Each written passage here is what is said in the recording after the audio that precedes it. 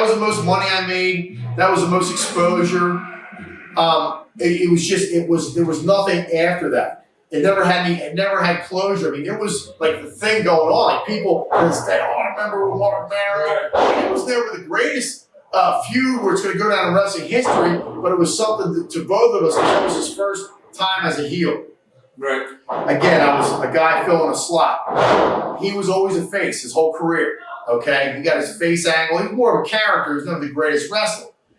So they sent him to one of those camps to learn how to be heel. So they figured, okay, who do we put him with to start out as a heel? Well, a safe veteran babyface, and that's where I came in. Turned me babyface. Did that for 6 months, and then fell into oblivion. Fell into oblivion to where the one thing I refused to do in this business was do jobs as my real name. I don't give a shit if it's Johnny Gunn. I don't give a shit if it's Sal Sincere.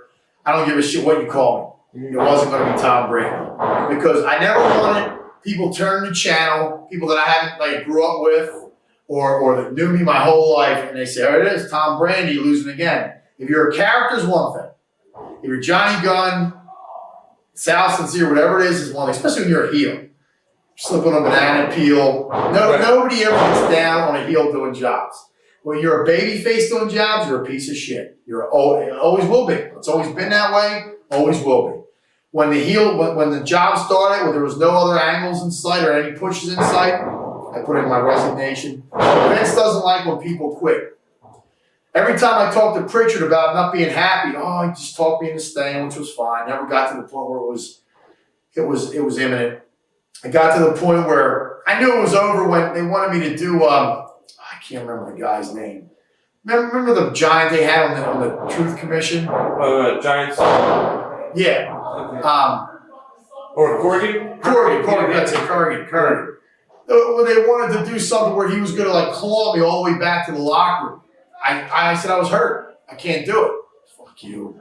I said I milked an injury for not long, like a month. Not even a month. And then they were coming back. We did one show. Again, it was like in a tag match with a local against The Rock and Ron Simmons. I'm like, no, fuck this. I knew Philly was coming up. I said, I'm not going to Philly. Embarrass me in front of that home team. No. I already worked in Philly a few times, but they were safe. Even if I got beat against Mero, it was a good match. That's fine. Right. This was TV. So Monday Night Raw live. And I said, no, I got my resignation. 4 years, knowing that I had all these people I could work for on the Indies again. I knew I was going to make more on the Indies. And you're always strong when you just come off TV. I mean, no matter who you are. Right. I made as much money the next year in the Indies as I did that year in WWE. I mean, for being off, I was off for a few months. And then that stretch, again, it was all positive cash flow. And that's what it came down to. I mean, that's how it ended. Right. I mean, I was one of the very few that told Vince to go fuck himself in a nice way. And that's it. That was it. Babyface run, heel run, not going anywhere else. It was time to move on. Because they were keeping me. And now, if I could have stayed there and milked it again, there was times where I was off for a few months, not doing it, just collecting money, which everybody has. But they were preventing me from working the Indies. I didn't want to stay home and not do anything. Getting the check wasn't good enough. I had to wrestle. I couldn't go months without being in the ring. Right. And that's what they were keeping you from. At that time, they were clamping down because they didn't want guys jumping companies. They didn't want them working in or anything.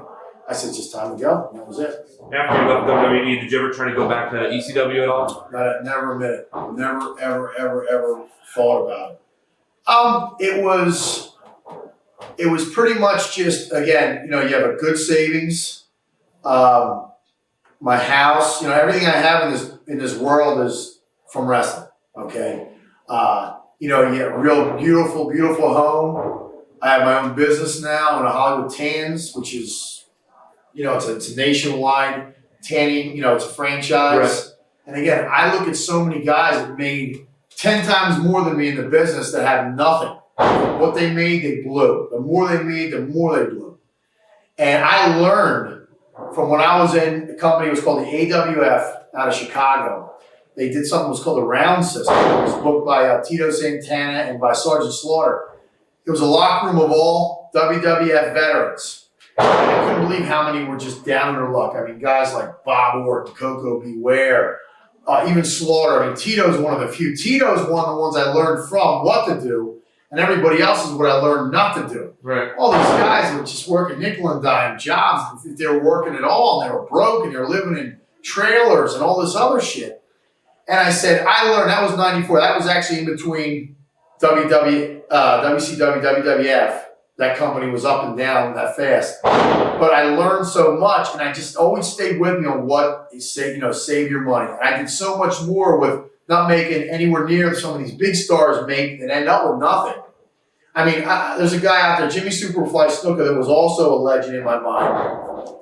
Growing up with Bruno, Snuka was, he was just as big. He was the Rock of his day. He was the Batista, whatever, John Cena. He was way legendary, way above any of those guys.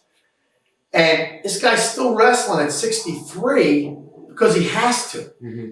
And I mean, if I've ever learned from anyone, I've learned from him. Well, I don't want to turn out to be like that. I mean, Jimmy's, supposedly he's not as educated. He's more of an island person and he can't really read or write to a certain extent. You're not going to walk in a Wendy's and see a Jimmy Snuka working there or a King Kong Bundy. These guys almost become trapped in who they are. I'm a normal-looking guy. I could walk up and down the street a million times. Nobody will ever say, who I used to be or who I am. These guys are all sideshows where they can't ever give up wrestling. They can't ever walk away from it because of who they were 20 years ago. And they have to stay around because they have to. They can't make money doing anything else. And they have to make, every dollar they make is dependent upon being on a wrestling-oriented event, which I always live by, never want to be trapped.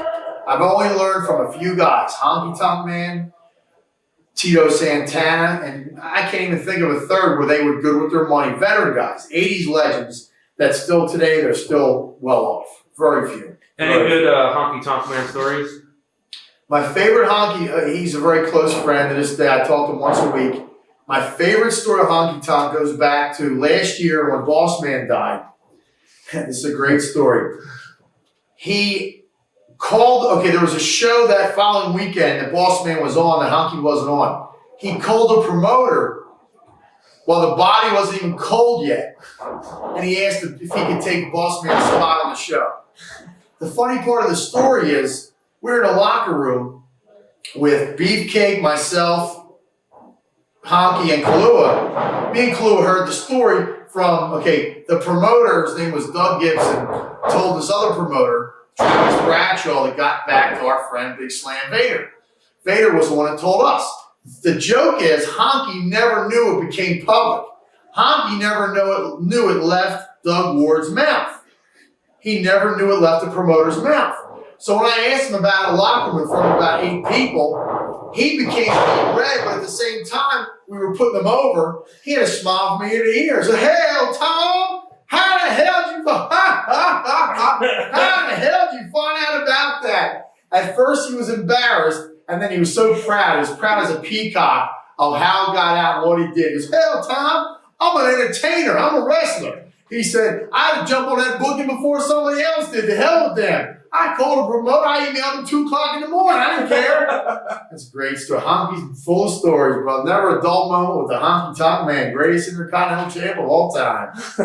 Watch thousands of exclusive shoot interviews right now on TitleMatchNetwork.com.